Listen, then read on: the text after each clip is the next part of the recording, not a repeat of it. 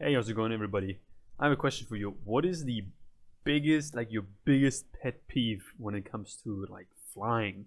I mean, you know, at an airport, like flying with a plane, or like the whole process of getting boarded and then all of that. I mean, what's your biggest one? Because this is the true scale of the world's largest airports. Oh, I actually thought this was singular when I clicked on it instead of plural. I thought it was the biggest, but nah, whatever. But yeah, I mean, you can imagine that you would think that the bigger the airport, the more difficult it is to make it to preserve a certain standard or to have a certain quality, throughout the whole airport. I live close to the Frankfurt airport in Germany, and I gotta say I'm quite happy with the Frankfurt airport. I mean, despite maybe delays here and there that happen, but luckily never to me. Luckily never to me. But I've only ever used it to fly to Greece and the States, so I haven't experienced too much there. But I would say my biggest pet peeve is honestly the people, like when they check your shit, and then you just see a person in line that's already like, that it's gonna take them years to take off their backpack, years to take off their shoes, years to put it back on. It's just delaying everything. I think that's one of my biggest pet peeves. Anyway, let's go. They're some of the biggest and busiest places in the world. In 2019, the last normal year, they collectively handled over 60 million tons of freight.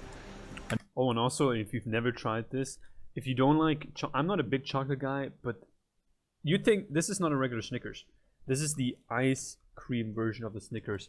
If you can find this in your country wherever you're from, literally, it's like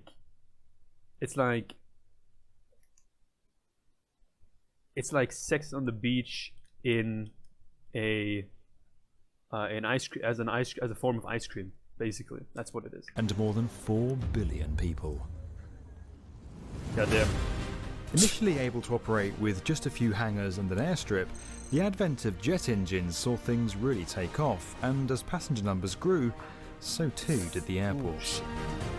Today they're like mini cities with massive terminals, control towers, multiple runways, hotels, shops, car parks, maintenance hangars, logistics. Oh, another pet peeve. Oh my god. You can't take any liquid typically when you go in an airplane, like when they check it, like I think above 100 milliliters or something like this.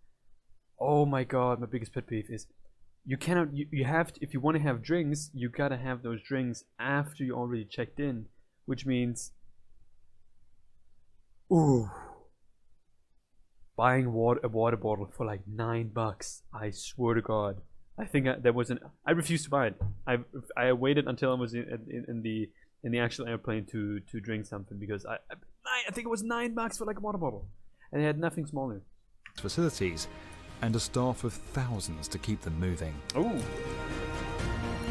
Such insane scale makes them difficult to really fathom.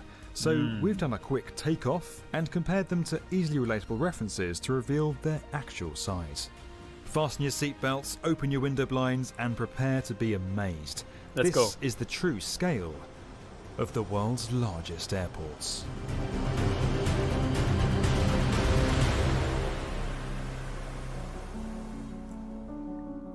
When it comes to airports, most of us instinctively think of the terminals themselves. Once simple waiting areas, they're now destinations in their own right, and have become some of the largest buildings in the world. Places that many of us have spent hours wandering between connecting. Dude, sometimes it's like a city, literally. Flights. The biggest of these is the main terminal at Turkey's new Istanbul airport, with Really? 1.4 million square meters under a single roof, and Terminal 3 at Dubai International, with 1.7 million square meters spread across its 3 interconnected buildings. That's 2.3 and 2.7 times the floor space at the Pentagon, respectively. That's an interesting measurement of unit of measurement. Pentagon. Terminal is normally driven by an airport's capacity, and that is all about its runways. Runway lengths vary, but most tend to sit between 2.4 and 3.9 kilometers long. One exception can be found here on the Tibetan Plateau in China.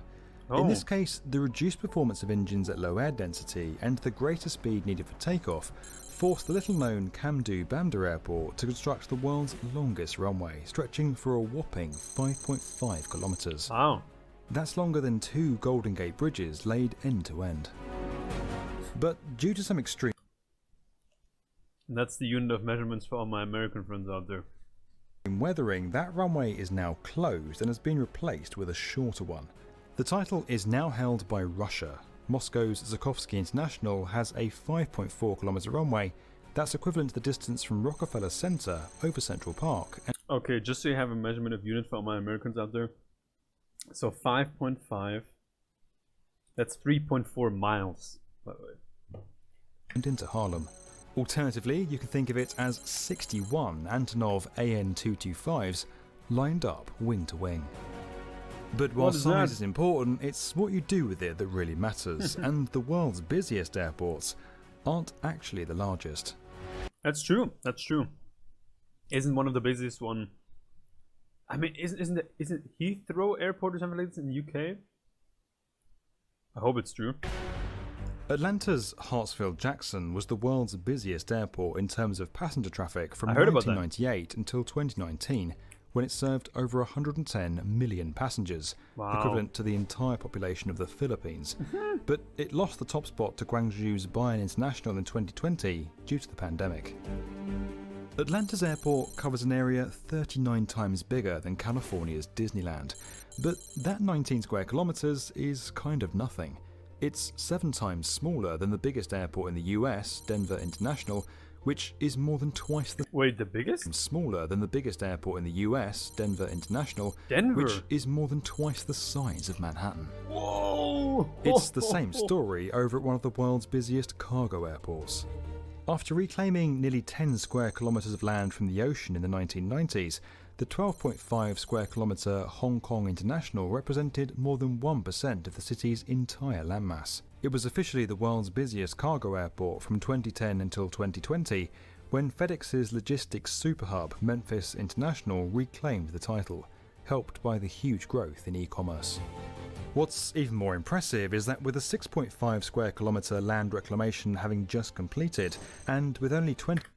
Wait, isn't it strange how you have airports for people, and then there's literally airports for cargo? I don't even think about that. 54% of Hong Kong's land built upon, the airport represents a whopping 7.16% of Hong Kong's entire built-up area. What? Of course, not every city has the luxury of being able to easily expand its airports. Heathrow. And London? For some, the answer is to have multiple sites, all working in tandem. London's a pretty clear example of this. It has 6 commercial airports, and together they processed over 180 million passengers in 2019. Look at this, 80 million just in the Heathrow one alone. That's enough capacity to send every Brit on an overseas holiday 3 times over. Spread out around Greater London, these airports cover a combined area of more than 30 square kilometres, the equivalent of everything north of the Thames from the Isle of Dogs up to Stratford, and as far west as Hyde Park. For football fans, that's 461 Wembley stadiums. But even the combined size of London's airports doesn't come close to the world's largest airport, one that surprisingly only serves around 10 million passengers each year, and that you've probably never heard of unless you're a fan of the Guinness World Records or pub trivia. Located in Dammam, Saudi Arabia, King Fahd International has an official area of over 776 square kilometres. It's bigger than 23 sovereign states, and if it was its own country, it would rank 173rd in the world, just ahead of neighbouring Bahrain. Bahrain. The airport actually got its enormous size during the Gulf War. Is Bahrain an actual... I mean, they show it right here. Is it an actual island? Or is there like a tiny bridge going over there? Bahrain. The airport actually got its enormous size during the Gulf War, when the US and coalition forces used it and the surrounding area as a military base and storage facility until operations could be transferred to the Ahmad Al Jaber Air Base in Kuwait. Yeah. Today, a mere 36.7 square kilometres of the airport's official land area is actually used for operations. We're now hopefully not too much further away from international travel coming back after the pandemic. And with the industry expected to experience a bounce before returning to growth, the scale of these airports could soon be blown away.